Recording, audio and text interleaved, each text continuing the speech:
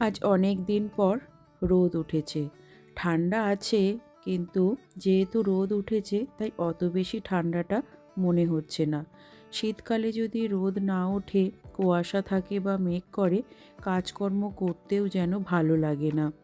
আর শীতকালে যদি রোদ ওঠে, বেশ ঠান্ডায় ঠান্ডায় কাজটাও কিন্তু করতে এনার্জি লাগে। যাই হোক, আজকে রোদ থেকে অনেকগুলো জামা কাপড় জাগিয়েছিলাম, সেগুলো ধুয়ে মেলে দিলাম। আর যেহেতু রোদ উঠেছে, আজকে একটু মাথায় শ্যাম্পুও করেছি।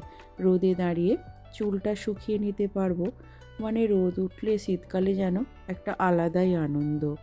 এখন স্নান ধান করে চলে এসেছি, পুজো করে নেব। ঠাকুরকে ধূপ দেখিয়ে পুজো করে চলে এলাম রান্নাঘরে।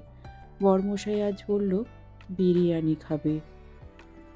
যেহেতু আমাদের বাড়িতে সবাই নিরামিষ খায়, তাই এদিক ওদিক থেকে তো আমরা সব সময় বিরিয়ানি বা অন্য কিছু আনিয়ে খেতে পারি না। আর আমার বর বিরিয়ানি খেতে খুবই পছন্দ করে, মানে যে পরিমাণে ও ভাতটা খেতে পছন্দ না করে, বিরিয়ানি খেতে ভীষণ পছন্দ করে। সম্পূর্ণ নিরামিষভাবে আমি এই বিরিয়ানিটা আলু দিয়েই বানাই, খেতে কিন্তু মন্দ হয় না। মানে এটা আমি বলছি না, আমি এই বিরিয়ানিটা দু একজনকে খাইয়েওছি, তারাও বলেছে সম্পূর্ণ নিরামিষ, পেঁয়াজ রসুন ছাড়াই নিরামিষ বিরিয়ানি দোকানের থেকে কিন্তু কোনো অংশে কম যায় না। যাই হোক, নিজের গুণগান একটু নিজেই করে নিলাম।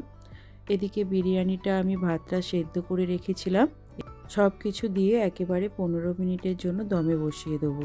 আজকের ব্লগটা কেমন লাগলো জানিও, ভালো লাগলে লাইক শেয়ার সাবস্ক্রাইব করো।